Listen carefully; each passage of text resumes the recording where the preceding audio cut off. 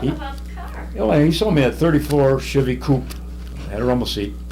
That was your first car? Yeah, I paid $125 for it.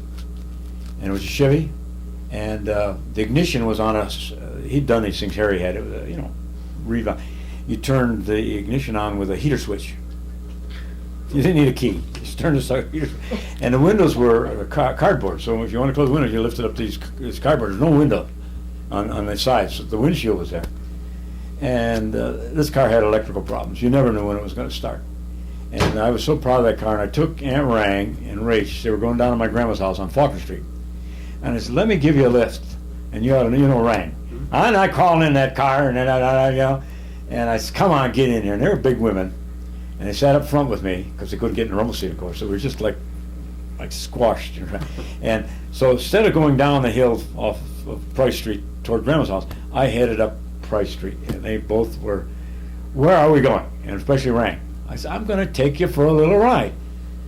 Well, okay, we went up and got up to Lakeview Cemetery. The car quit. As far away as we could be. And of course, did I get it from Rang? Oh my God. Well, make a long story short, we went to somebody's house, made a call, and Otto came up and picked them up and then pushed me home. And this happened 4 or 5 times. And finally he said, get rid of this thing. When he says, any loss you incur, I will make up. And I took it over to this Palermo again. The family taught us how to make spaghetti. He had a garage over near the 6th Street Bridge. And I took it over there and put a for sale sign on it. And I was $100. And I went over there. Carl called me. He says, there's a guy here who wants to buy this thing. He said, get over here. So I came over there. And he says, what kind of money do you want? And Carl says, wait a minute, I'm going to show Lyle something. He was a smart, Joe guy. And he lifted up the hood, and in the grease of the motor block, which was about that thick, he wrote in there with a screwdriver, 1, 2, 5. I was going to ask 100. See? And so I said, well, I got to have $125. He'd filled them out. Oh, yeah. And he said, well, that's okay with him. So Carl, Get your money. and he wrote it in the grease on the car. Clever.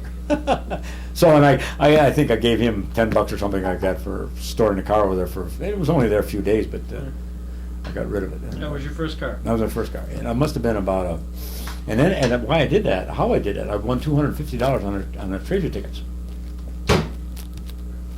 Warren Linquist and I won $500 together. Wow. And so we got, That was huge money. and it was big money. And I come home and I was so proud and tell my dad, and he thought it was great. My mother was so mad. She was fit to spit nails. Yeah, boy. Because here her son, she didn't want me to work again else, They came and got me. I didn't apply for that job. They came and got me. And I got that job and went to work down there, and she thought this was terrible. A place like that, and she used to go by it when she'd go. She'd never been in the store.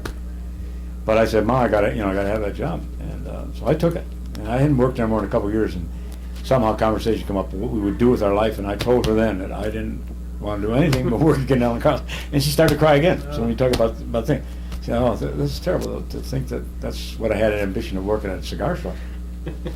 But anyway, we had a lot of fun down there. So, and that's another part of the life. And I off and on, I worked there for about 6 years. Between Navy and college and back and forth, and Russ always found something for me to do. It was as soon as I got back, he'd have a job for me. So it was good. Well, as of right this second, the tape is going bump, bump, bump. Good deal.